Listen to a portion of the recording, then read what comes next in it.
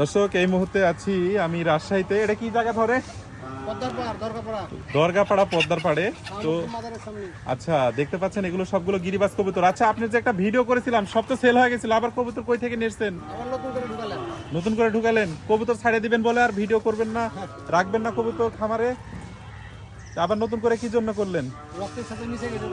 ও, রক্তের সাথে কবুতর মিশে গেছে, কবুতর ছাড়তে পারবেন না, তাই তো? এই ভাইয়ের আমি একটা ভিডিও করেছিলাম যে ভাই আমার কবুতরগুলো সব সেল করব, তো আমি ভিডিও করে দিয়েছিলাম, সব সেল হয়ে গেছিল না? সব সেল। কতগুলো ছিল? 350 পিস সেল হয়ে গেছিল। তো পরে কি করছে, এগুলা কিন্তু এই ঘরটা দেখতে পাচ্ছেন না, এই ঘর আমি একদিন বাইক নিয়ে যাচ্ছিলাম, এই ঘর কিন্তু ভাঙা ছিল না? পরে আবার নতুন ভাবে করে এই কবুতর করছে আর কি। তো কবুতর নাকি স্যার রক্তের সাথে মিশে গেছে, ব্লাডের সাথে মিশে গেছে, কবুতর ছাড়তে পারবেন না, হ্যাঁ।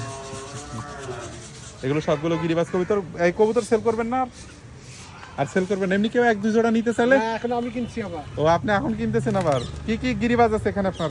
আমার এখানে সব রাজশাহীর গিরিবাজ। সব রাজশাহী গিরিবাজ না? পাকিস্তানিও আছে। পাকিস্তানিও আছে।